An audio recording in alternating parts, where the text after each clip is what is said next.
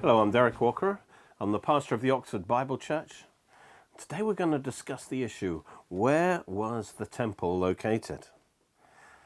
The temple being a most holy place.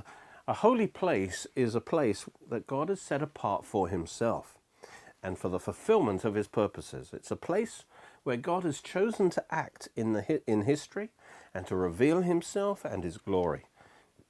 This doesn't just apply to the past, also to the future, because the prophetic scriptures reveal God is not finished. He will intervene again and reveal his glory, and he'll change things on earth in dramatic ways. And of all the lands on earth, the land of Israel is said to belong to God in a special way, so that God often calls it my land. Of all the places in Israel, Jerusalem is called the holy city, the city of God, and the city of the great king. And Jesus in the New Testament reaffirms that Jerusalem is the city of the great king. And then if we look at Jerusalem, we find the holiest place is the Temple Mount, where the holy temple stood, and it's called the Holy Mountain. Psalm 48 says, "Great is the Lord, and greatly to be praised in the city of our God in his holy mountain. Beautiful in elevation. The joy of the whole earth is Mount Zion, on the sides of the north, the city of the great king." Within the temple itself was the holy place, and then the most holy place of all, the Holy of Holies, God's earthly throne, where his glory dwelt. Some say that now that Christ has come, places are no longer important. But they forget that God's purposes have not been finished yet. For example, the Bible predicts in Zechariah that Jesus will return to the Mount of Olives, a specific place, and he'll reign over the earth from Mount Zion, from the Temple Mount in Jerusalem, and reign from the throne of David for 1,000 years. Before that, Revelation 11 tells us that the Jews will rebuild a third temple on the Temple Mount, and God will use it to reach Israel and the nations through the ministry of the two witnesses. And that's before Antichrist takes control of it and defiles it with the abomination of desolation, declaring himself to be God.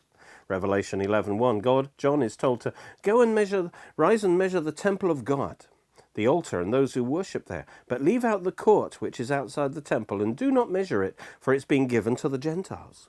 In the tribulation, the Antichrist will broker a covenant with Israel, whereby the Temple Mount will be shared between the Jews and the Muslims, and the Jews will be able to rebuild their temple. And it says, and they will tread the holy city underfoot for 42 months. That's the second half of the tribulation. And I will give my power to my two witnesses, and they will prophesy 1,260 days, that's 3.5 years, clothed in sackcloth, calling Israel to repentance. And their ministry is for the first half of the tribulation. These are the two olive trees and the two lampstands standing before the God of the earth. And if anyone wants to harm them, fire proceeds from their mouth and devours their enemies. And if anyone wants to harm them, he must be killed in this manner. These have power to shut heaven so that no rain falls in the days of their prophecy. And they have power over waters to turn them to blood and to strike the earth with all plagues as often as they desire. The two witnesses announce the tribulation trumpet judgments in the first half of the tribulation. And that's why when they're killed, the whole earth rejoices and blames them for tormenting everyone on the earth. It says, when they finish their testimony, that's at mid-tribulation, the beast, the Antichrist, that ascends out of the bottomless pit will make war against them, overcome them, and kill them. And their dead bodies will lie in the street of the great city. The great street actually means the plaza, the broad open place of the city, and that's a perfect description of the Temple Mount, because their ministry will be on the Temple Mount. And then it says also where our Lord was crucified, so clearly it will be in Jerusalem. God will use these two witnesses to proclaim the gospel to Israel, and through TV to the nations. They'll operate from the Temple Mount. So God will use the third temple to remind the Jews that salvation is not through law-keeping, but through the shedding of blood. As Israel comes to their temple, the two witnesses will preach Christ to them. As they offer up the animal sacrifices, they will preach that Christ, the Lamb of God, has been slain and rose again after 3 days, proving that he is the Messiah. As a final sign that validates their preaching, God will also resurrect these two witnesses after 3 days in the eyes of all the nations, because the TV cameras will be on them. That's what it says, verse 9. Those from the peoples, tribes, tongues, and nations will see their dead bodies 3.5 days, and not allow their dead bodies to be put into graves. And those who dwell on the earth will rejoice over them, make merry, and send gifts to one another, because these two prophets tormented those who dwell on the earth. But God has the last word. Now after the 3.5 days, the breath of life from God entered them, and they stood on their feet, and great fear fell on those who saw them. And they heard a loud voice from heaven saying to them, "Come up here." And they ascended to heaven in a cloud, and their enemies saw them. Having finally captured the Temple Mount, the Antichrist will take over the temple, dedicate it to himself, declare himself as God. Paul says of him in Thessalonians, he opposes and exalts himself above all that is called God or that is worshipped, so that he sits as God in the temple of God, showing himself that he's God. Notice, Paul here calls the third temple a temple of God. So it's built in the right place.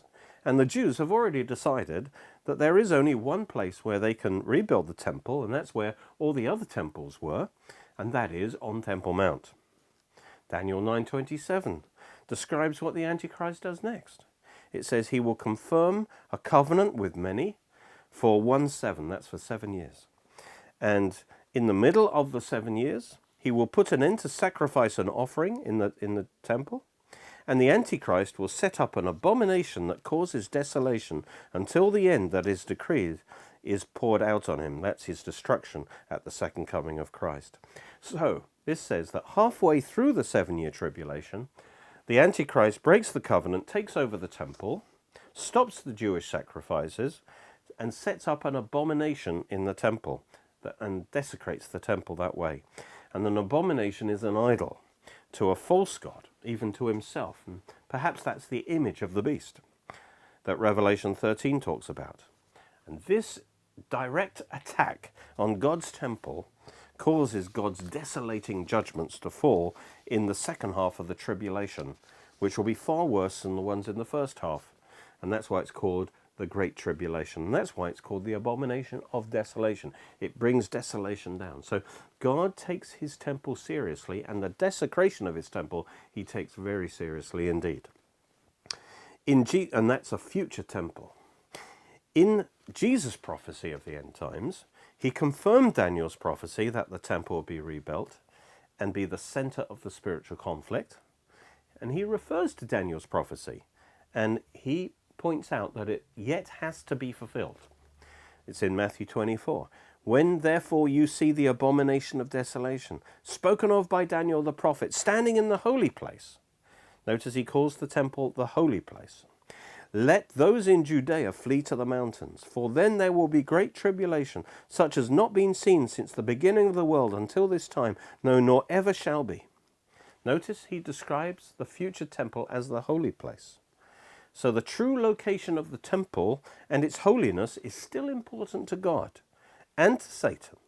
And this is the reason why it's the center of the action and the spiritual warfare in the tribulation. So the present spiritual battle over the control of the Temple Mount will come to a climax in the tribulation, with the warfare of God and his Christ against Satan and his Antichrist. It will end with the return of Christ to the Mount of Olives, followed by his triumphant entry into the temple, just like he did in his first coming. And then that's where he will establish his earthly throne for the 1,000-year millennium. And then his throne will be part of a fourth temple that's described at the end of Ezekiel. And so we see that the temple was the center of action, spiritual action in the Old Testament. It was very much a center for the ministry of Jesus in the New Testament. He called it my Father's house. And it will be again the center of action in the tribulation and in the millennium. So God's temples are very important. And that's why the Temple Mount is the most contested piece of real estate in the world and the center of a great spiritual warfare. So much so that many see it as a potential trigger for the next World War. It's still a holy place that God has set aside and apart for the fulfillment of his purposes, and which Satan contests and desires to control instead of God. And so presently this is manifested by the competing claims and the struggle between Islam and Israel over its ownership and control. And it's a major reason why any peace deal seems impossible at the moment, because neither side would be willing to give up the Temple Mount. The Jews claim their historic ties to the land, going back to God's covenant with Abraham, Isaac, and Jacob, when God gave them the land, the whole land. Jerusalem was then captured by King David and made his capital, and Solomon then built his temple there. And all of this goes back long before the birth of Islam. Although in the past Islam didn't try and deny this Jewish history, recently their teaching, their propaganda has changed, and it tries to rewrite history and deny any Jewish connection with the Temple Mount. All this is motivated by the desire to claim control over this holy place. For Bible believers, the rebirth of Israel in 1948 and the recapture of Jerusalem in 1967 were acts of God, clear fulfillments of Bible prophecy for the end times, setting the stage, as it were, for the final countdown, the final showdown. So Israel was born into a spiritual warfare over her right to exist and possess her land, and especially Jerusalem and the Temple Mount is at the center of this warfare. Into this spiritual warfare have stepped some well-meaning but misguided Christians with a novel theory originated by Dr. Ernest Martin that the temple was never on the Temple Mount at all, but in the city of David, whilst the Temple Mount was actually where the Roman Antonia fortress stood. My intention is to prove to you that this theory isn't just false but dangerous, because it's being used and gives encouragement to the enemies of Israel. It supports the modern radical Muslim narrative that Israel and the Jews have no right to the Temple Mount. It's given heart, as I say, to the radical Muslims that even Christians, many Christians are on their side and against the Jews on this key issue. If we go to the Temple Mount today, it's basically a large platform with some Islamic structures on it. The Temple of Jesus' time was destroyed by the Romans in AD 70 so that nothing is left of it. And this was part of the judgment on Israel for their national rejection of the Messiah. As a result, it's just a platform. During the Christian Byzantine Empire of the 4th to 7th centuries, the Temple Mount was abandoned and used as a rubbish tip, and the center of holiness for the Christians became the great Church of the Holy Sepulchre, which they thought was the location of Christ's death and resurrection. It suited their cause to be able to point to the fulfillment of Jesus' prophecy that all the temple buildings would be cast down, and the contrast of the magnificent Holy Sepulchre with the abandoned Temple Mount, a short distance to its east, was a visual aid showing the supremacy of Christianity over Judaism. When the Muslim armies conquered Jerusalem in the 7th century, they knew it was the most holy place for Jews and Christians. And so they wanted to demonstrate the ascendancy of Islam and the fact that it was now superseding and replacing these former religions. And so it did this by first building a shrine and then a mosque on what was known now as the holiest site for all the Jews, the Temple Mount, confirming that the people of that time knew that this was where the temple stood. At the south end of this platform is the Al-Aqsa Mosque, which means the furthest mosque. This name refers to a chapter of the Quran called the Night Journey, in which it said that Muhammad travelled from Mecca to the farthest mosque and then up to heaven. Although Jerusalem is not mentioned by name in the Quran, a later Islamic tradition from the 10th century assigned this event to the Temple Mount in Jerusalem. And so from the 10th century, the name Al-Aqsa was applied actually to the whole Temple Mount, making Jerusalem the third most holy place in Islam, and this is actually the basis of their claim to the Temple Mount. However, there was no mosque there during the time of Muhammad, and it certainly was not the furthest mosque from Mecca. In time, Al-Aqsa came to be applying just to the large mosque at the southern end of the Temple Mount. In the middle of the Temple Mount is the beautiful gold-covered Dome of the Rock, an Islamic shrine made in 691 AD, the first major sanctuary built by Islam. It was built to cover the only piece of exposed bedrock on the Temple Mount, the local peak of the mount. The Dome of the Rock is a shrine rather than a mosque, and it's obviously designed to cover the special rock beneath and to assert an Islamic rulership over it, because they believed in its holiness. But why would Islam consider this particular place to be so important?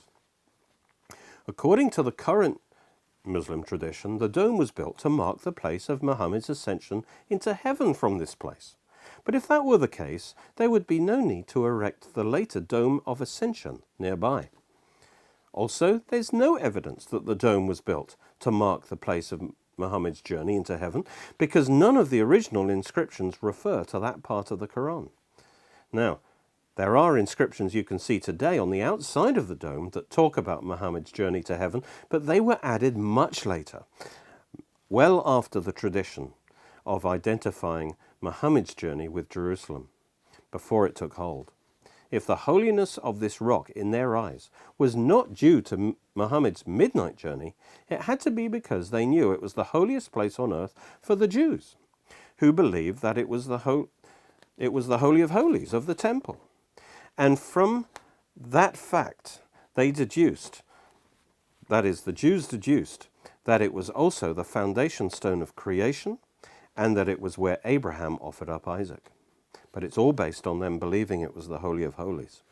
And so, in line with Islam's assertion that it's the perfect fulfillment of all previous revelations, including to the Jews, it was imperative to appropriate the holiest site of the Jews for Islam.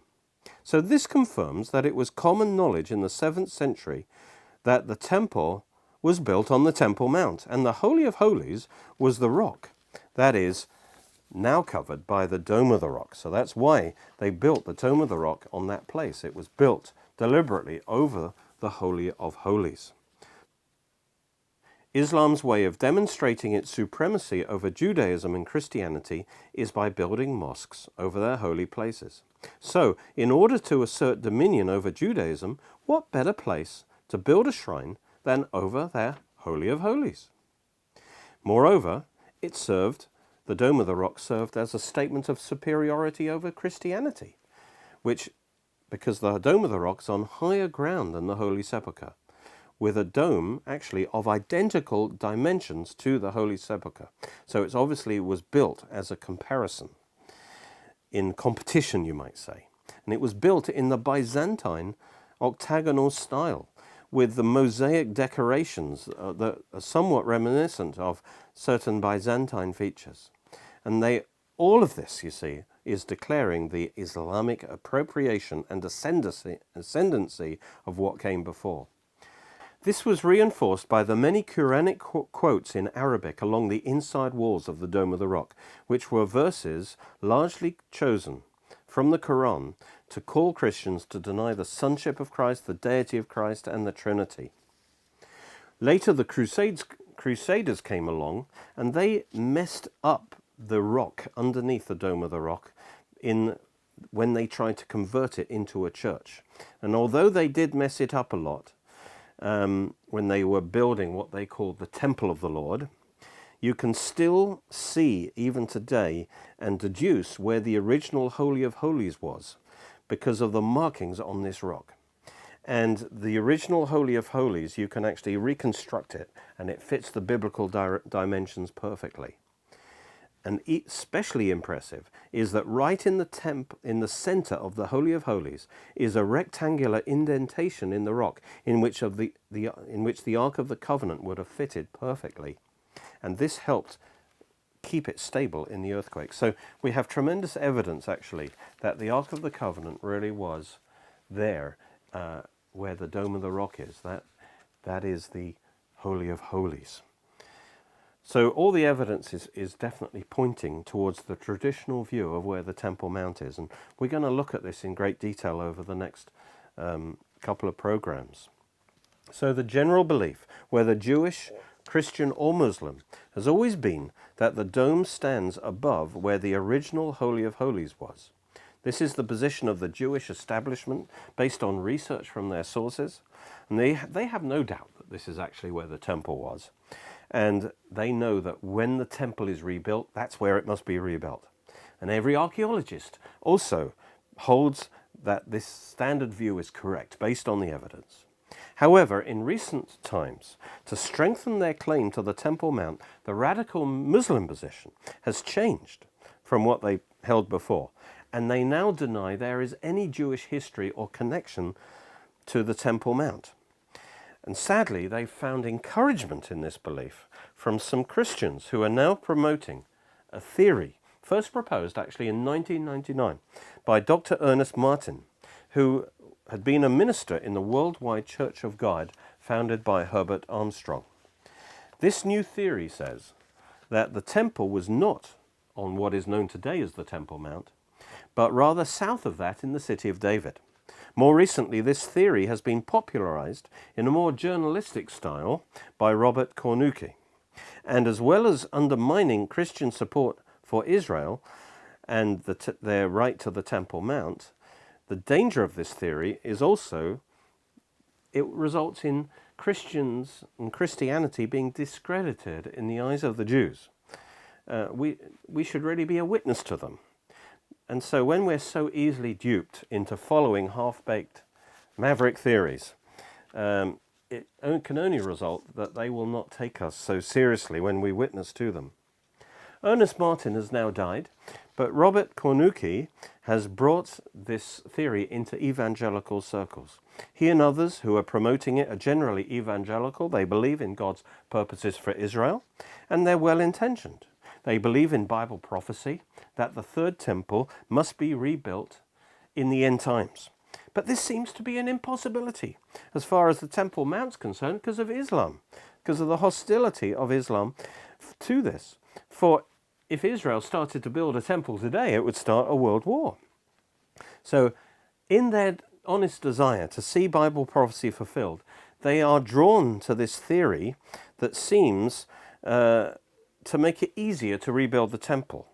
You know, by saying that the temple never was on the Temple Mount, then somewhere else, then it will just be easier to rebuild the temple, assuming, of course, we can convince the Jews to accept the theory, which would take an even bigger miracle. So they're actually trying to help God solve the problem by relocating the temple to another place where the Jews could build it without Islamic opposition. That's the kind of the emotional motivation behind this theory. The problems with this whole line of thinking is, first of all, it's based on unbelief. It's based on the idea it's too hard for God to change things, to prepare the way for the third temple to be built on the Temple Mount. My own belief is that what might happen soon is that a coalition of Russia and many Islamic nations will invade the mountains of Israel. That is, the West Bank, the occupied territories. Judea Samaria is the biblical term for it. And they'll do this to establish a Palestinian state and to lay the foundation then for the destruction of the whole of Israel. Ezekiel 38 prophesies this in great detail will happen in the end times. And it also prophesies that God's going to intervene in judgment against these invading armies. And he will demonstrate that the God of Israel is still alive, and he is the God in Israel. And he'll unleash the forces of nature against them, including a massive earthquake. And that will destroy the invading armies. And I think it will also destroy the Dome of the Rock, and it will radically change the balance of power in the Middle East. And it will create a window of opportunity for Israel to actually start to rebuild her temple. That's one way it could work. Secondly, again, this whole line of thinking about why we need to move the temple to another place to make it easier for God to fulfill his prophecies. Well, it's not going to work because the Jews know, and they've always known that the temple is on the Temple Mount, and they won't be persuaded otherwise. It's unthinkable, considering the holiness and the importance of the temple to the Jews, and its sheer size, that somehow the Jews could have forgotten where their temple was, especially as they don't just think of it as something belonging to their past, but something that is essential to their future. And they believe that their temple will be rebuilt because the prophets say so. And so the temple is not some historical curiosity for them, but it's very at the heart of their DNA. And so throughout the last 2,000 years, they've always kept the temple in their memory, and they've always wanted to visit the temple and pray at the Wailing Wall. So it's not something that they're just going to forget where the temple was and totally change the location. Above all races, really, the Jews have been diligent to pass down their identity and their traditions from generation to generation, even when they've been scattered to the four corners of the earth. And the importance of Jerusalem and the temple were at the top of the list. Always they would pray every year, next year in Jerusalem. And also the Jews have maintained a continuous presence in the land. Even if they weren't in Jerusalem, they would surely would visit Jerusalem and so on. So there's always been some Jews in the land. So it's inconceivable that they'd forget where the temple was. And that's evidenced by their ongoing, continual desire to go up to Jerusalem, pray at the Wailing Wall over the last 2,000 years. And also, because they knew any future temple had to be built on the holy place that God had previously ordained for the previous temples, because otherwise it wouldn't be a true temple if it's in the wrong place. It surely would have been a top priority for the Jews, and especially their leaders, to guard the knowledge where the previous temples were. And they have done that. And so that's why they are sure. They know where it is. And it's on the Temple Mount, and it's the Holy of Holies is where the Dome of the Rock is. And so there's no way the Jews are going to accept some other place that some Christians have conjured up in a modern theory. There's no way they're going to accept that. And so this new theory is also futile from that point of view as well. And thirdly, it's futile because Islam doesn't just oppose the Jewish control of the Temple Mount, but it disputes Israel control of all of East Jerusalem, including the Old City and the City of David. And so they would strongly contest a Jewish temple in that location as well. Now, next time we're going to continue this study, and we're going to investigate the true location of the temple by describing the two competing locations, the standard view and Martin and Cornuke's view. And one says it's on the Temple Mount, the other says it's in the City of David. We're going to describe those two possible locations, and we're going to look at the evidence for each one of them. And we're going to follow the biblical history of the temple, and we're going to describe the origins of the temple, and we'll see which theory fits the facts better.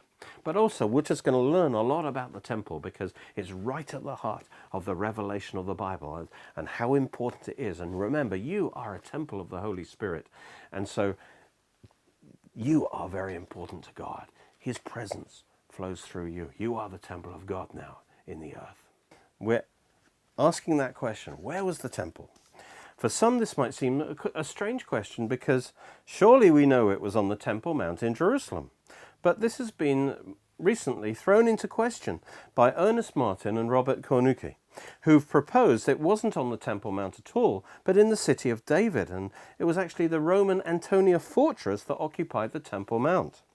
And previously I explained that this isn't just an academic question, but it has a vital spiritual importance. This is because the control of the Temple Mount is at the heart of the present spiritual warfare. And that's why it's the most fiercely contested piece of land on the earth. The Temple Mount is still holy ground, and it will play a vital role in the fulfillment of God's purposes through the rebuilding of a Jewish temple there. But Satan is opposing God's purposes and wants to control the Temple Mount. So there's a battle between Israel and radical Islam over the control of the Temple Mount and Jerusalem, which is actually at the heart of the bigger issue of Israel's very existence in the land. Because the temple in Jerusalem is the key spot, which God has ordained to be the control center of the earth, the place from which the great king will rule the earth. My contention and my objection to the Martin Cornuke theory is not just that it's false, but it plays into the hands of the powers of darkness, causing well-meaning Christians to support the narrative of Israel's enemies, that she has no historic connection to the Temple Mount and therefore no right to control it. If it's just the Roman Antonia fortress, then of course the Jews don't have anything to do with the Temple Mount. And I believe that's not just wrong, it's dangerous. And that's why I want to cover this theory in detail and show why it can't be true. We can understand the two opposing viewpoints from this picture. The bottom half is the original Jerusalem that David captured, called the City of David, with the Pool of Siloam in the far south. The standard view says that Solomon's temple was built on the plateau on the hill above the City of David, where the golden dome of the rock now stands on a large platform. All other temples had to be built there also, because that is the holy place that God originally ordained. Between the Temple Mount and the City of David is the offal. Martin's theory says that the temple was not on what we call the Temple Mount, but in the City of David. Here is another view of the City of David as it would have appeared in the time of David before the temple was built. The reason the original Jerusalem was built on a narrow ridge rather than higher up on the mount to the west or the mount to the north, and it's the mount to the north that can be seen in the picture, the reason, as I say, that Jerusalem was built on this narrow ridge in the south is the Gihon Spring. And that's the only fresh water source in the area. Water was essential for any city. And the Jebusites had built a fortress around the spring, which you can see near the bottom of the slope as it leads down to the Kidron Valley. And this Jebusite fortress was recently discovered and is now called the Spring Tower. And next to it was the rock-cut pool, which was a reservoir of water for the people of Jerusalem. Above it, on top of the ridge, was David's palace, which was also discovered recently and is now called the large stone structure.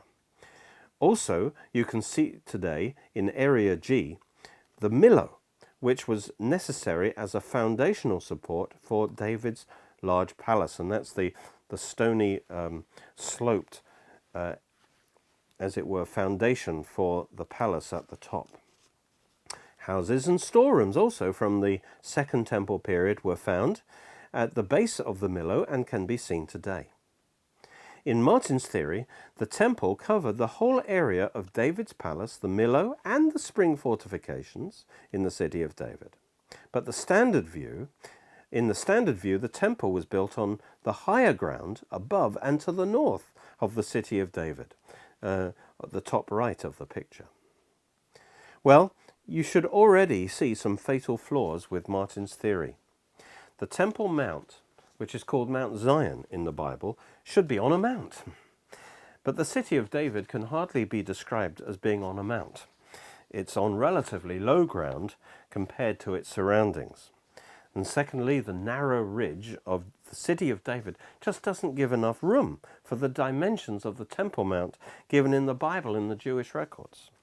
Thirdly, the recent archaeological discoveries of the buildings around the spring and higher up on the hill show that they were actually continued to be in use throughout the time of the first temple.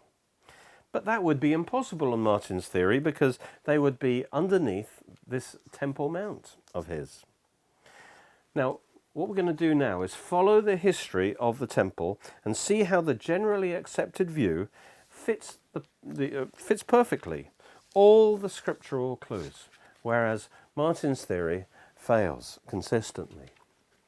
The first mention of Jerusalem in the Bible is in the time of Abraham, when he was met by Melchizedek, king of Jerusalem, in about 2000 BC. This picture shows that it was built on low ground compared to all the surrounding hills.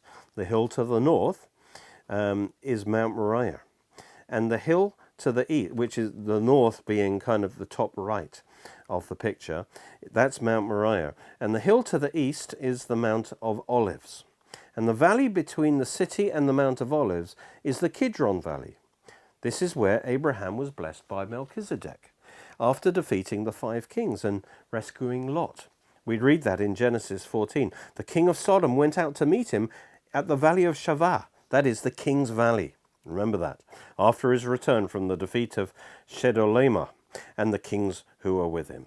Then Melchizedek, king of Salem, that's Jerusalem, brought out bread and wine. He came out of the city into the valley, into the king's valley. He was the priest of God Most High, and he blessed him, blessed Abraham. We know that this valley of the kings was the Kidron valley by comparing it with 2 Samuel 18, which says, "Now Absalom in his lifetime had taken and set up a pillar for himself, which is in the king's valley. For he said, I have no son to keep my name in remembrance. He called the pillar after his own name, and to this day it's called Absalom's monument." And there's another Absalom's monument there in the Kidron valley even today. In the slope leading down to the valley is the Gihon spring, and that's the main reason why the city was built there on low ground, rather than on one of the surrounding mountains. The vital importance of the spring meant that it was well fortified. It had to be well fortified. The surroundings of Jerusalem are also the setting for Abraham offering up Isaac, which is crucial for locating the temple, for this is the foundational event when God first set apart and ordained a definite place for sacrifices called Mount Moriah and made it holy. Genesis 22:2, "Take now your son, your only son Isaac, whom you love, and go to the land of Moriah, and offer him there as a burnt offering on one of the mountains, which I shall tell you." God showed him one of the mountains of Moriah on which to offer up Isaac, and from that point it was known as Mount Moriah. And, as we'll see, Solomon later built the temple on Mount Moriah. Now, it should be obvious that Abraham would not have offered up Isaac within the city of Jerusalem itself. In any case, verse 2 says it had to be on high ground, on top of one of the mountains, which again disqualifies the city. The fact that it was on high ground, rather than the low ridge on which the city was built, is confirmed by the story as we read it in the next verses. "So Abraham rose early in the morning, saddled his donkey, took 2 of his young men with him, and Isaac his son, and he split the wood for the burnt offering, and he rose and went to the place which God had told him. Then on the 3rd day, Abraham lifted up his eyes and saw the place afar off." So this place must have been on high ground, where God was telling him to offer up Isaac. So Mount Moriah, the ordained place of sacrifice, was not in the city, but on one of the mountains surrounding it. Therefore, the temple, which was also built on Mount Moriah, could not possibly be in the city of David, which is where the original city of Jerusalem was located, but rather on one of the mountains above it. When God saw that Abraham was willing to offer up Isaac, he stopped him, and he provided a ram as a substitute for Isaac, which Abraham offered up instead of Isaac. And this ram was the forerunner of many animal sacrifices that would be offered up on that same Mount Moriah because of the temple. Each of these animal sacrifices were substitutes dying in the place of man. And all of these were pictures of the ultimate sacrifice that God would provide. As Abraham said, in verse 8, he said, "My son, God will provide himself the lamb for the burnt offering." Ultimately, God would provide the Lamb of God, Jesus Christ. God revealed to Abraham, therefore, that this place was the ordained mount for sacrifices. And therefore, it's the ordained mount for the temple, where one day, even on this very mount also, the Father God would provide and offer up his own son to die in our place. And that God says that, essentially. God reveals that in verse 14. Let's read that. "Abraham called the name of the place, 'The Lord will provide,' that's Jehovah Jireh, 'as it is said to this day, in the mount of the Lord it shall be provided.'" That is, the final sacrifice will be provided. Or it could be, in this mount, the Lord will be provided. And so what he's saying is here, in this same mount where Abraham offered up Isaac, this is where God will provide the sacrifice for the salvation of mankind. But before that, he'll provide all the sacrifices in the temple as a picture of the final sacrifice. And God has set aside Mount Moriah for that very purpose. And so the temple must be on this Mount Moriah where Abraham offered up Isaac. So by naming the mount, the place of God's provision, Jehovah Jireh, Abraham was not just looking back at how God did provide this ram as a sacrifice in the place of Isaac, but also Abraham was looking into the future, because his explanation there is, in the mount of the Lord, it shall be provided. And so this speaks of God's future provision of sacrifices in this ordained holy mount, for sacrifices to die in the place of men. And this initially was fulfilled by all the sacrifices offered up in the temple on Mount Moriah. And then ultimately by the sacrifice of Jesus, the Lamb of God, on Mount Moriah. You can see on this contour map that Mount Moriah does not actually peak at the Temple Mount, but it rises up higher to the north. The peak of Mount Moriah is the place known as Golgotha, where Christ was provided as the final sacrifice in fulfillment of Genesis 22:14. So we've seen that God has already set apart the ordained holy place for sacrifices in Genesis 22 by guiding Abraham to offer up Isaac there. This place was on a mountain called Moriah near Jerusalem, but it was not within the original city of Jerusalem, which is on low ground. Since Abraham offered up Isaac on Mount Moriah and prophesied that this was the place of God's provision of future sacrifices, it was imperative that the temple was built on the same holy Mount Moriah. And that's exactly what we read in 2 Chronicles 3:1, which says, "Now Solomon began to build the house of the Lord at Jerusalem on Mount Moriah." So the temple was built on a mount. It's a simple idea. On a mount. But the city of David isn't a mount. The temple was built on a mount, the very same Mount Moriah where Abraham offered up Isaac. Now this would make no sense if the temple was built within the city, because the city is not a mount, and Abraham did not offer up Isaac in the city, but on a mount near it.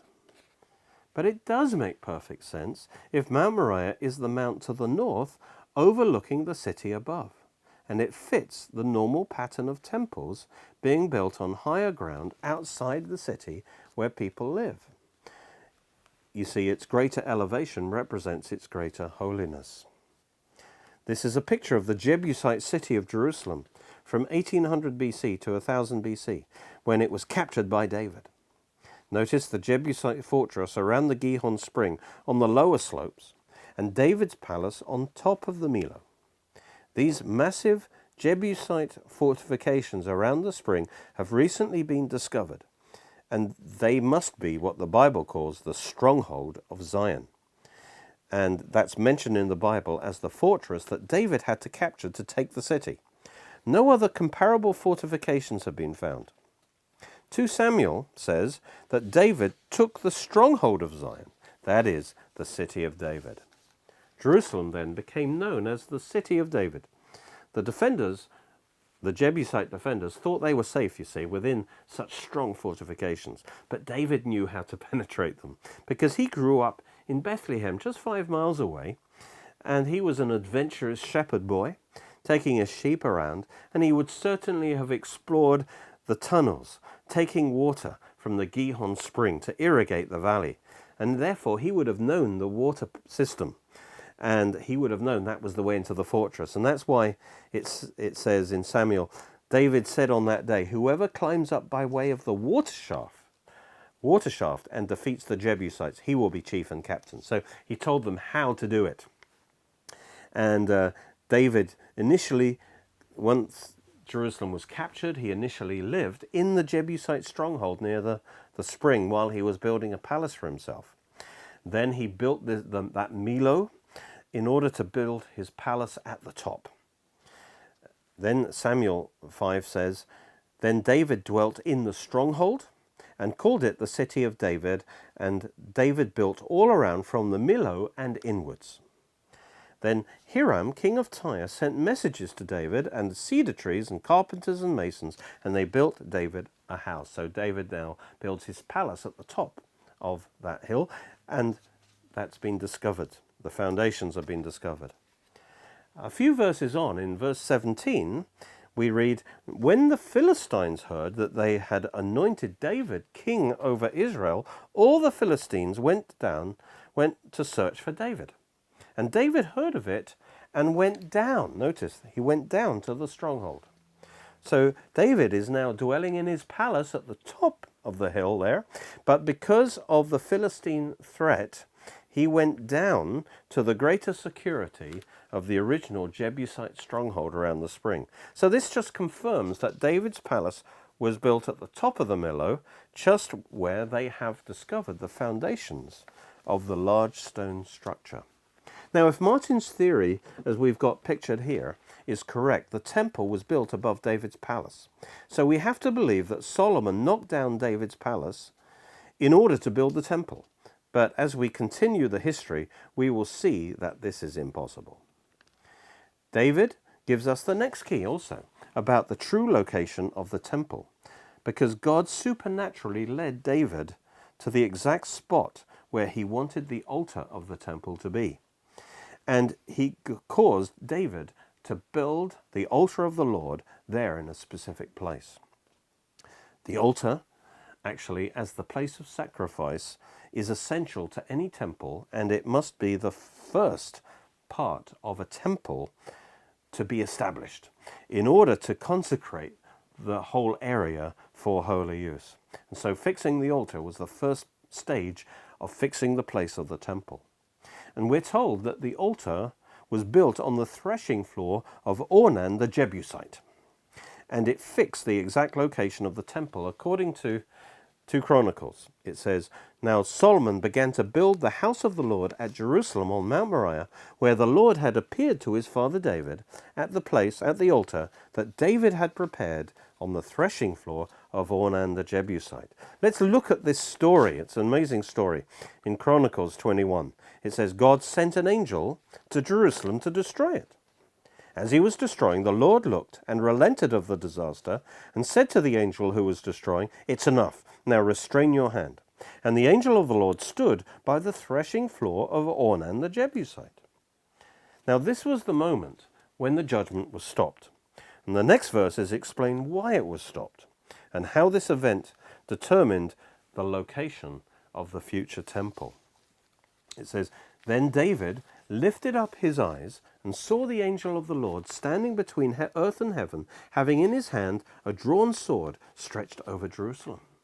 David, who was in the city, looked up, and he saw this massive angel standing on higher ground above the city, pointing his sword toward the city as if about to destroy it.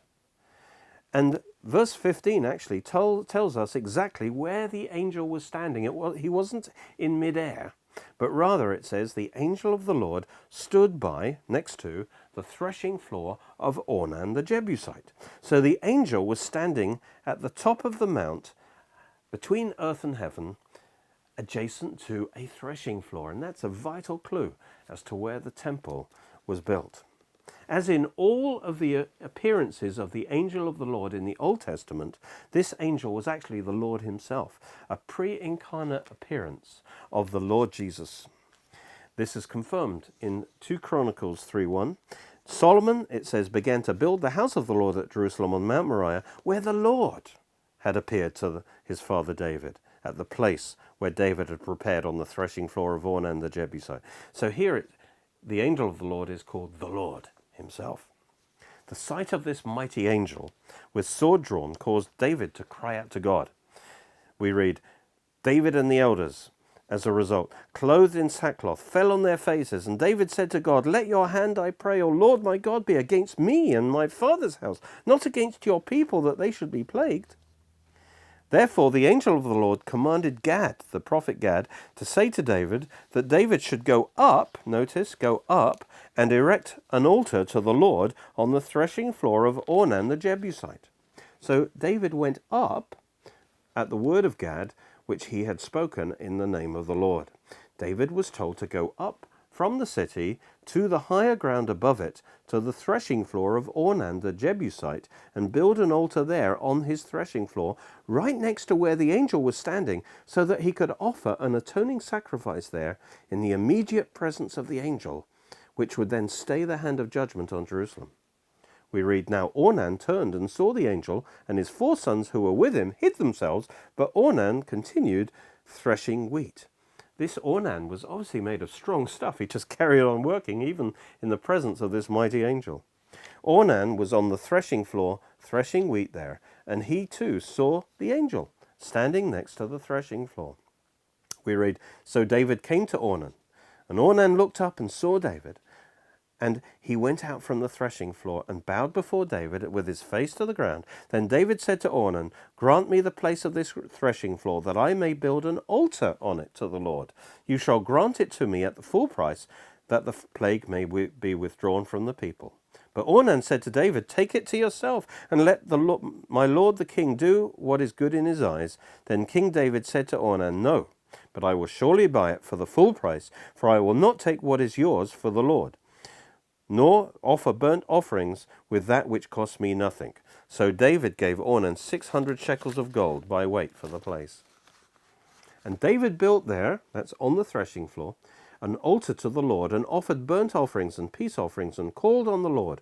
And God answered him from heaven by fire on the altar of burnt offering. So the Lord commanded the angel, and he returned his sword to his sheath." Amazing story. You see, by sending fire on the altar, by stopping the judgment of the angel, God confirmed that he had accepted David's sacrifice. And that also meant that the altar that David built was in exactly the right place, on the threshing floor. So from that time, David started sacrificing at this God-ordained altar, which then became the location for the altar of the temple. Chronicles says, "At that time, when David saw that the Lord had answered him on the threshing floor of Ornan, the Jebusite, he sacrificed there." So, number 1, the location of the temple altar was now fixed as being on the threshing floor. Also, secondly, the place where the angel of the Lord stood, he had stood on higher ground, that must be the top of the hill, above the threshing floor. That then fixed the place of the Holy of Holies, which would be the starting point for the building of the temple structure itself. They would have started building from the temple of Holy of Holies and worked from there. And that's exactly what 2 Chronicles says, 3:1. "Solomon began to build the house of the Lord at Jerusalem on Mount Moriah, firstly, where the Lord had appeared to his father David." So this says that the Holy of Holies was where the angel appeared to David. That's at the top of the hill. And secondly, it says, they built at the place that David had prepared on the threshing floor of Ornan the Jebusite. So this confirms that the altar of the temple was where David prepared an altar on the threshing floor. The 2 key points of the temple, the Holy of Holies and the altar position, was now fixed by this experience. This is confirmed in 1 Chronicles 22. David said, "This," pointing to a certain location, "this," and that's actually where the angel stood at the top of the hill, "this is the location of the house of the Lord God." And secondly, "This," pointing in a different direction, "this," that's the threshing floor, "is the location of the altar of the burnt offering for Israel." Those 2 key locations. And so we see that Solomon followed David's instruction for the locations of the 2 key points of the temple that determined its exact location, the Holy of Holies and the altar. And it was revealed to David through his divine encounter, where his sacrifice at that place saved Israel from judgment. So David then knew exactly where the temple should be built. God's temple had to be in a specific place of his choosing, so he left nothing to chance, but supernaturally revealed its location to David. Now, this scenario makes perfect sense if it took place on the mount above the city to the north, where the Temple Mount is today. At that time, it would have been a farming area for growing wheat, and a place near the top of the hill, but on its eastern slope. That would have been a perfect place for a threshing floor, where the wheat was threshed and then thrown into the air for the wind to carry away the chaff. A threshing floor should be in a high place, in an open space where it can catch the wind, but not at the very top of the hill, otherwise the westerly wind could be too strong and blow the wheat away as well. So placing it just under the peak on the eastern slope was perfect. Thus the Holy of Holies was where the angel stood at the peak, where the Dome of the Rock is now, And the altar was placed to the east, to its east, where there was a threshing floor, exactly where we would expect a threshing floor to be. On the other hand, Martin's theory for the location of the temple makes no sense in the light of this account of David. It requires the threshing floor of Ornan the Jebusite to be inside the city near David's palace. For obvious reasons, threshing floors were never within cities, always in open fields outside the city, because that's where the wheat is. It'd be foolish to carry the wheat into the city to thresh and then cover the city in chaff. For example, Naomi told Ruth to go out to the threshing floor where Boaz was sleeping, waiting for a night breeze. And after she asked Boaz to marry her, it says, then, that's in the morning, she went into the city. So the threshing floor was outside the city. Moreover, Ornan's threshing floor couldn't be in the city of David, because David conquered all the city from the Jebusites, so he wouldn't have to buy land inside the city from a Jebusite. But it does make sense if David graciously allowed Ornan, which actually is the same name as the Jebusite king he conquered, and so it might be the king even, he allowed Ornan to continue to make a living by farming his lands north of the city. And that's why it makes perfect sense that David would feel the need to buy that farming land from Ornan. And that farming land is the location of the temple, not in the city of David itself. And so this story of the temple's origin, when it was revealed to David where the altar and the Holy of Holies should be, this absolutely proves that the temple could not have been in the city of David. It had to be in the hill above the city of David. Well, in the continuation of this study, we'll continue to follow the history of the temple, and we'll assess the main arguments that are made for this new Martin Cornuke theory, and we'll see how strong they actually are. The temples of God, you see, can't just be anywhere. They have to be in a place ordained by God. There's been a general consensus among the experts that the temple was on what is known today as the Temple Mount, and the standard view and the official Jewish belief is that the Holy of Holies was built on the exposed bedrock at the natural peak of the hill on which the temple platform was built. And this bedrock, called the foundation stone, is now covered by that beautiful golden dome of the rock. However, a modern theory of Ernest Martin and popularized by Robert Cornuke has thrown this all into question. They propose that the temples were not on the Temple Mount, but down in the city of David, and it was the Roman Antonia fortress that occupied what we know today as the Temple Mount. We've seen that God fixed the location of the temple to Mount Moriah by guiding Abraham to offer up Isaac there. Already this disqualifies Martin's theory because it requires Abraham to offer up Isaac within the original city of Jerusalem, which does not fit the description of a mount. Then we saw that God revealed to David that the altar of the temple was to be on a threshing floor and that the Holy of Holies on the nearby hilltop. This again disqualifies Martin's theory because threshing floors are always in the agricultural areas outside a city on high ground where they can catch the wind. So the temple couldn't be in the original Jerusalem, now called the city of David. All of this supports the standard view that Mount Moriah, on which the temple was built, is the hill to the north of the city of David.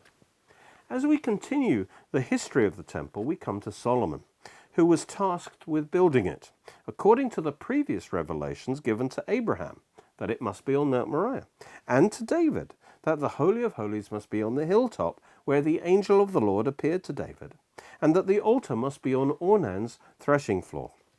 That's exactly what Chronicles tells us. Now, Solomon began to build the house of the Lord at Jerusalem, 1, on Mount Moriah, 2, where the Lord had appeared to his father David, that's the peak, and 3, at the place where David had prepared on the threshing floor of Ornan the Jebusite. So the altar was on the threshing floor, which was near the summit, but on the eastern slope, thus protecting it from the strong gusts of wind coming from the west from the Mediterranean Sea. And so God set up the original event with David and the angel of the Lord in their exact positions as a template for all future sacrifices in the temple. David stood on the threshing floor and offered sacrifices on the altar before the Lord, who was standing on the hilltop. David stood exactly where the priests would later stand, offering up sacrifices at the altar before the Lord, who was in the Holy of Holies. And the Holy of Holies, of course, that's exactly where the angel of the Lord stood before David. What a beautiful picture. In this picture, we see Solomon's temple on Mount Moriah above and to the north of the city of David, with David's palace in the city of David above the Millo. And the Gihon spring fortifications, they're lower down on its eastern slope. In between the temple and the city of David was the Ophel area, which might well have included Solomon's palace, houses for the well-connected, and administrative buildings. Surrounding all of this were the new city walls built by Solomon. And so the building of the temple caused a major expansion of Jerusalem, and Jerusalem's also called Zion. Jerusalem expanded to the north in Solomon's time, and the center of holiness was now, of course, the temple on the northern hill. Psalm 48 describes this new reality. Great is the Lord and greatly to be praised in the city of our God, in his holy mountain, beautiful in elevation, that means height. The joy of the whole earth is Mount Zion, on the sides of the north, the city of the great king. So this psalm describes the location of the temple as being in his holy mountain, also now called Mount Zion, which is on the sides of the north, that is, on the north side of the original city, and beautiful in elevation, that is, on the higher ground above the original city.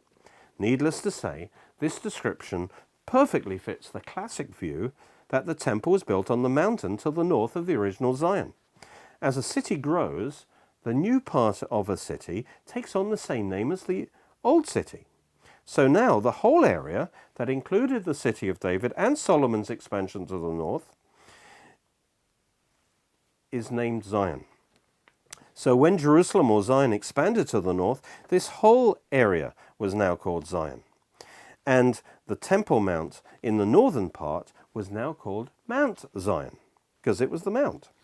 So from this time, Mount Moriah was named Mount Zion, the mountain of the Lord, which is why the name Mount Moriah is not seen after this in the Bible. Whereas Zion described the whole new expanded city, that was composed of two parts. The first part is Zion, the city of David. That refers specifically to the original Zion of David's time. And the second part is the Solomonic expansion to the north, which is especially the Temple Mount, which is called Mount Zion. Thus, the name Mount Zion exclusively refers to the mountain or the high point of Zion.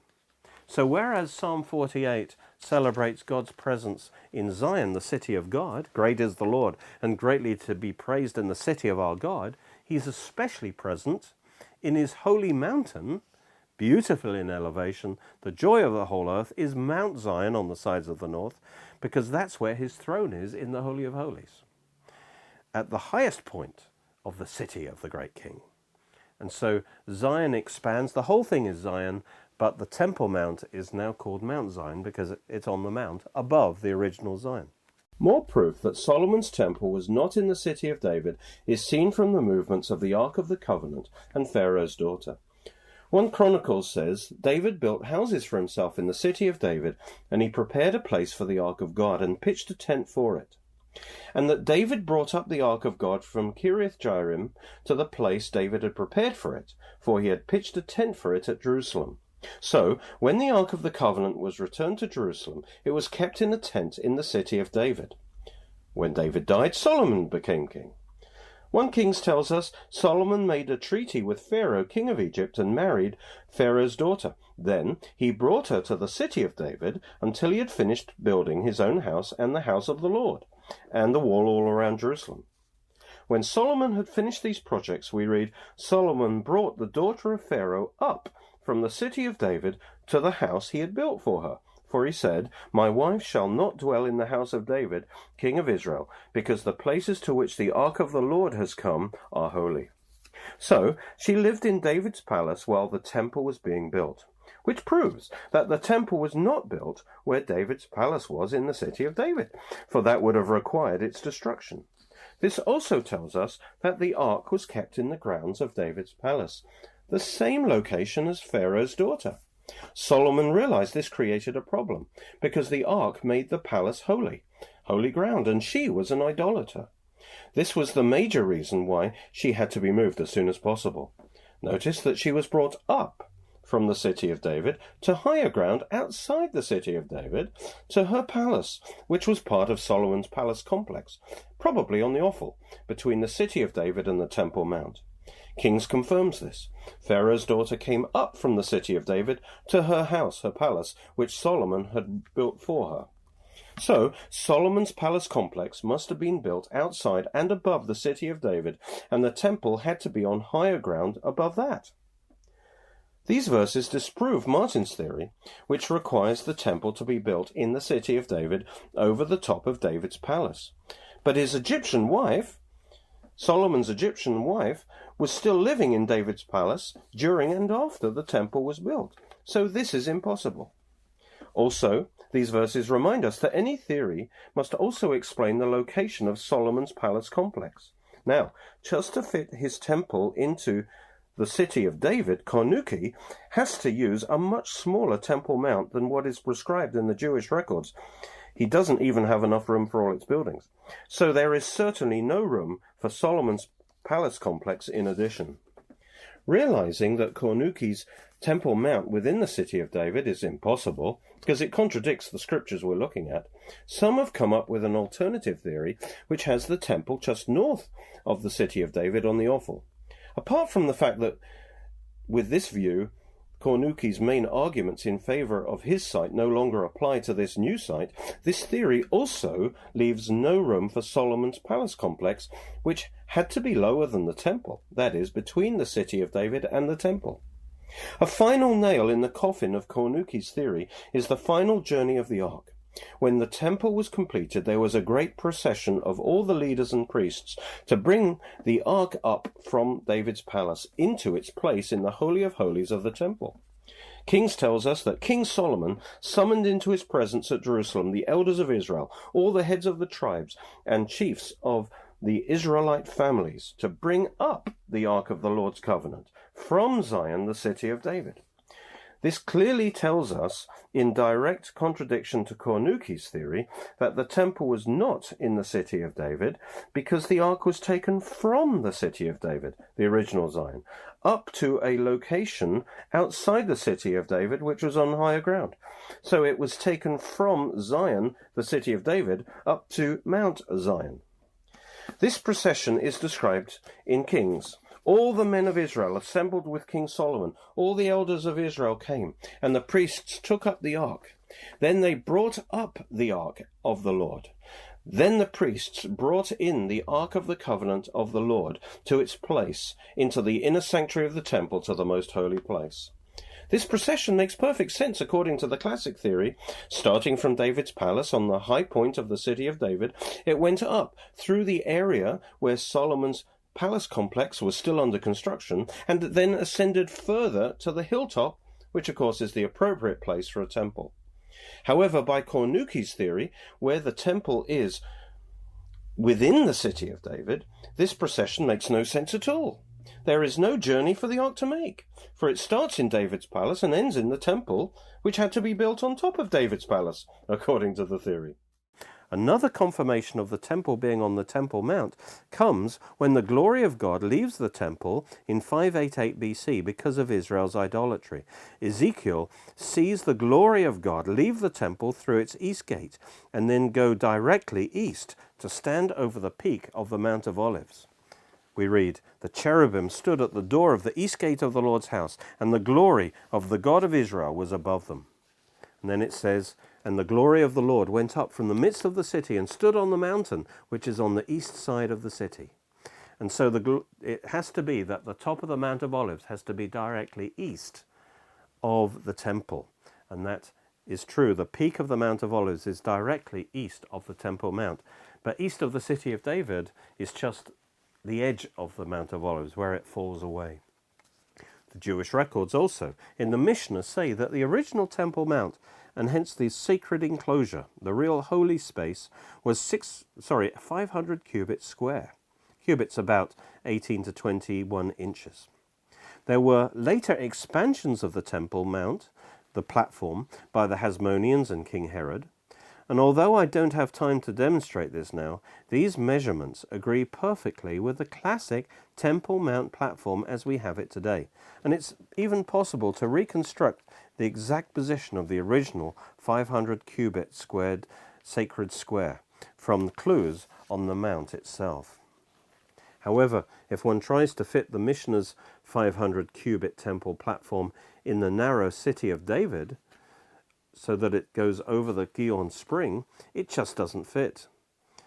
It would have to cross over the Kidron Valley and cover part of the hill on the other side.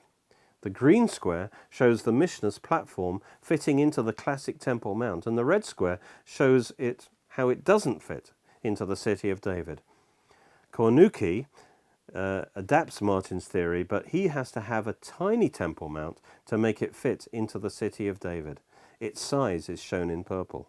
Sadly, it's never been possible to do archaeology on the Temple Mount because of Islamic opposition to that.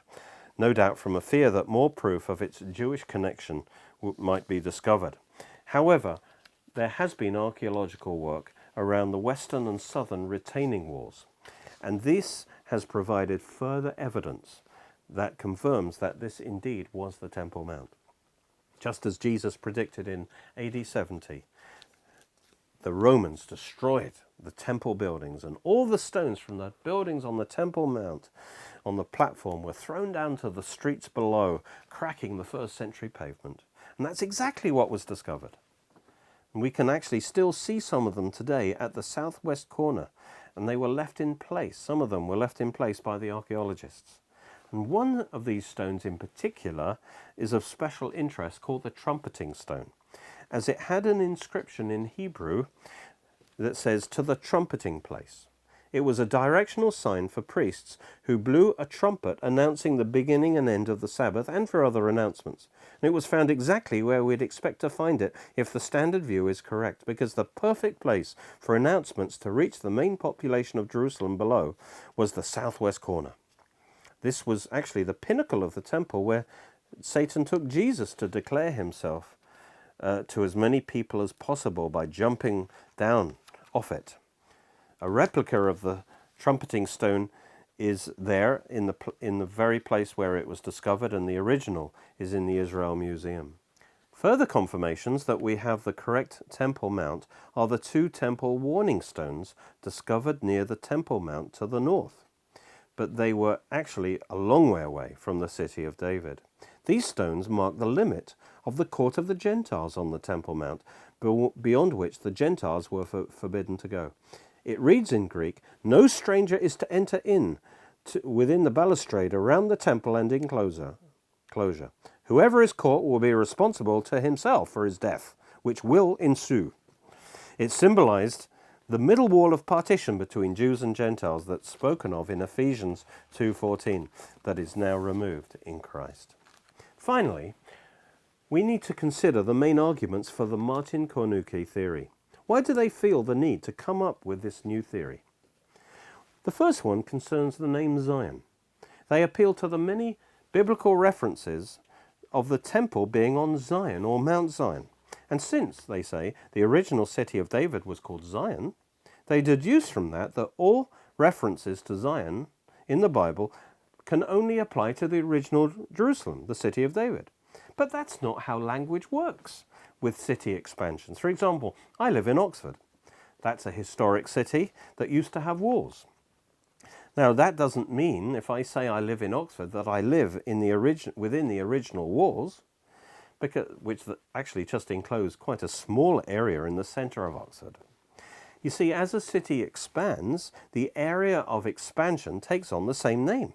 So when Zion expanded to the north, the name Zion now included the Temple Mount. So Zion consists of the original Zion, which is the city of David, and then also the Temple Mount, which is called Mount Zion, or the mountain connected to Zion. And then again, actually, the city expanded further. In the time of Hezekiah, it expanded onto the western hill. And then that also was called Zion. So the Temple Mount became part of Zion when the city expanded over the Temple Mount. So there's no problem here. Their second argument is the appeal to Jesus' prophecy that all the stones of the temple must be cast down. They would be cast down. And they point out that many of the great stones of the retaining wall of the Temple Mount from Jesus' time are still there in place today. Therefore, this could not be the original Temple Mount. Let's actually look at Jesus' prophecy there in Matthew 24. It says, Jesus went out and departed from the temple, and his disciples went up to show him the buildings of the temple. And Jesus said to them, do you not see all these things? Assuredly I say to you, not one stone shall be left here upon another that shall not be thrown down. Now it's vital to read verses in context. Jesus was clearly talking about the buildings of the temple, which had recently been made splendid by Herod. And he covered the temple facade with white marble and gold. And he made the temple complex, those buildings there, one of the wonders of the world. Notice it says his disciples came to show him the buildings of the temple. And then Jesus said, do you not see all these things? What things? The buildings of the temple. Assuredly, I say to you, not one stone will be left upon another. He's talking about the buildings of the temple. He's not talking about the retaining walls of the Temple Mount platform, which is different from the temple itself. Mark's Gospel makes it even clearer. It says, then as he went out of the temple, one of his disciples said to him, Teacher, see what manner of stones and what manner of buildings are here. It's talking about the buildings. And Jesus answered and said to him, do you see these great buildings? Not one stone shall be left upon another that shall not be thrown down. So if we look at the Temple Mount today, we see Jesus' prophecy was perfectly fulfilled. Nothing remains of the temple buildings on top of the mount. A third argument is about the fresh water needed by the temple, saying that there had to be running water for the priests to wash, and also to wash the temple because of all the blood from the sacrifices. And the only freshwater spring was the Gihon spring in the city of David. So the temple had to be in the vicinity of the Gihon spring in the city of David. And this is reinforced by Psalm 87. It says, and of Zion it will be said, all my springs are in you. But this is a statement about Zion, Jerusalem, not about the temple. Also, Joel 3:18 says, it will come to pass in that day that a fountain will flow from the house of the Lord. But this is a prophecy about a future temple in the millennium. The same could be said about Ezekiel's vision of rivers, of a river flowing out from a future glorious temple in the Messianic age, Ezekiel 47. It obviously didn't describe the first and second temples. In fact, consideration of water sources only puts the final nail into Martin's theory. Jewish records tell us that the water for the temple came through an aqueduct from Solomon's pools at Etam near Bethlehem. These were 21 meters higher than the temple, and so the water flowed freely to the Temple Mount and its cisterns. The siphon effect means that water can flow uphill for part of the journey as long as the source is higher than the endpoint. It also means that this water could be released from the cisterns at will onto the mount when it was needed for cleansing.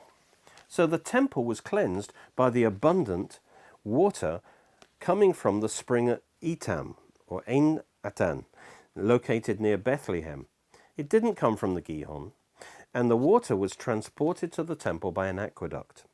There are 3 Jewish sources from the Second Temple that tell us this.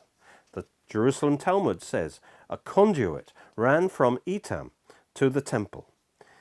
It's always been the aqueduct, bringing water to wash the court from day one that the temple was built.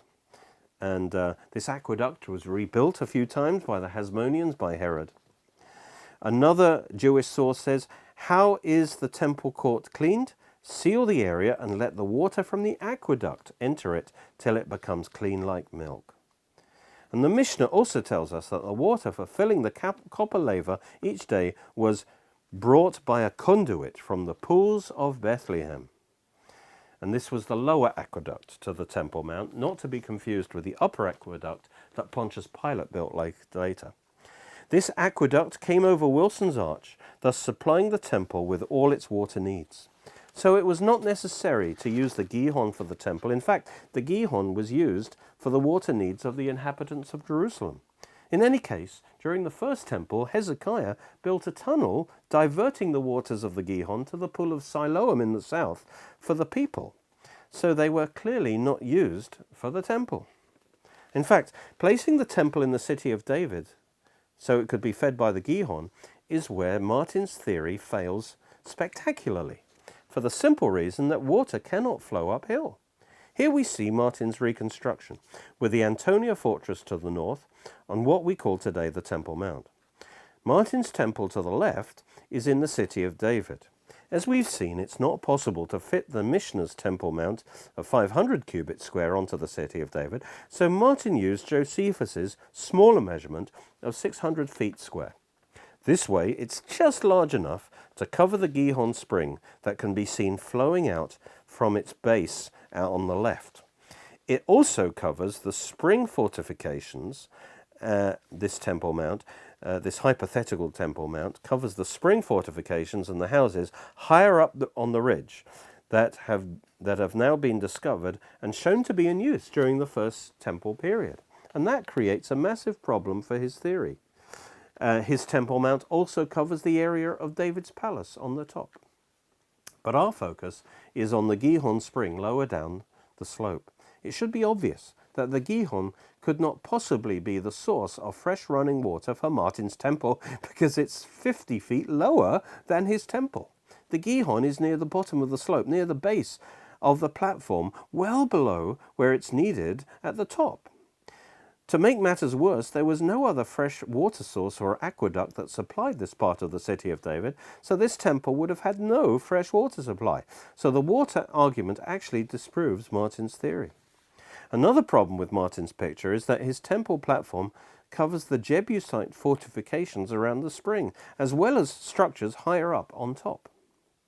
But it's been shown that these have all continued to be used throughout the first temple period. At the top, they discover the foundations of a huge building called the large stone structure, almost certainly David's palace, which was supported by a stone support structure called the Milo. At the base of the Milo, you can see here the houses that were in use until the end of the first temple period. And this is called Area G. All of these would be covered by Martin's hypothetical temple platform, and even by Cornuke's smaller one. And so these stones declare this theory to be false. Now, it seems that Cornuke, to his credit, has realized that Martin's Temple Mount is impossible because of the discovery of the Jebusite fort around the spring and its ongoing use throughout the first temple. So he's come up with another reconstruction that you're seeing now. You can see that his temple platform is much smaller than Martin's, and that the Gihon and Jebusite fortress is outside his Temple Mount, lower down the slope, in fact 50 feet lower. So after all the pleading that the Gihon must be within the temple area, we find actually in Cornuke's case, it's outside his temple area, outside his Temple Mount. So all the arguments of him that the Gihon must be within the temple are futile, as actually he has them in two separate places. This reconstruction also makes it even clearer that water from the Gihon, where the Jebusite fortress is, could not possibly flow uphill to the temple. Also, Cornuke's claim that the temple is a perfect fit into the city of David is clearly false. He's forced to have a Temple Mount that is much too small for the measurements given in the Mishnah, and even Josephus's smaller measurements. The temple area, his temple area, would be far too small for the huge numbers of people using it. There's only one place large enough to hold the temple and its courts, and that's the real Temple Mount. As for the water of the Gihon, it was not used for the temple, but for the city. And when the city expanded greatly up the western hill in the time of Hezekiah, he built a tunnel, which you can go down today, to divert the water to the lower southern end, downhill to the pool of Siloam. He also did this to make it more secure from the invading Assyrians. Another argument is that the standard theory of the Temple Mount with the Antonia fortress at its northwest corner on a rock scarp above and overlooking the temple, does not agree with Josephus's account. First, as to size, they claim that the fort was not large enough to house all the soldiers that Josephus talks about. But the Antonia was not just the fortress. It was also a larger camp, as you can see in this picture. Most of the soldiers would have been camping in tents, as they're used to doing, and that also agrees with the different accounts of the Antonia. So there was indeed plenty of room. Josephus also tells us that the Antonia fortress was on the northwest intersection of the porticos of the temple, and that's perfectly represented in the standard view. Josephus also talks about a 600-foot walkway from the Antonia to the temple, and so Cornuke imagines a huge bridge connecting the Roman camp to the city of David. But 600 feet is the exact distance from the Antonia fortress to the enclosure around the temple buildings. The Romans, you see, could climb down from the fortress, and they needed to sometimes, and they would climb down from the fortress to the top of the western portico to reach the temple if there was trouble. So there was no need to invent another bridge. Finally, Cornuke points to evidence of an area near the Gihon spring that was possibly used for rituals and worship, confirming the sacredness of the spring. And this is an interesting discovery. It's an early worship and sacrifice place, perhaps from the time of Melchizedek, perhaps from the Jebusites. But whatever it is, there's one thing it couldn't be. It couldn't have anything to do with Solomon's temple, because any sacrifice not actually made on the Temple Mount itself would have been considered illegal. So it's certainly not evidence for the temple being nearby. In fact, having a competing cultic place so close to the temple is unthinkable. So if anything, this is another argument that this temple could not have been in the city of David, close to the Gihon. So we have to conclude that the real location of the temple is on the Temple Mount after all. And it would have looked something like this. And this is the place where one day, by God's sovereign hand, the Jews will build their third temple. Although what they don't know is that God will only do this to call them back to himself by reminding them that forgiveness is only through the shedding of blood, and the gospel will be declared to them through the preaching of the two witnesses, that the perfect Lamb of God has already shed his blood for them, and that they must therefore put all their trust in the Lord Yeshua as their true Messiah. This will be a major part in the national repentance and salvation of Israel, leading to their deliverance and their full national restoration and blessing at the second coming, when he will reign over the whole earth from Jerusalem, with Israel as his chief nation, in fulfillment of all that their prophets have spoken.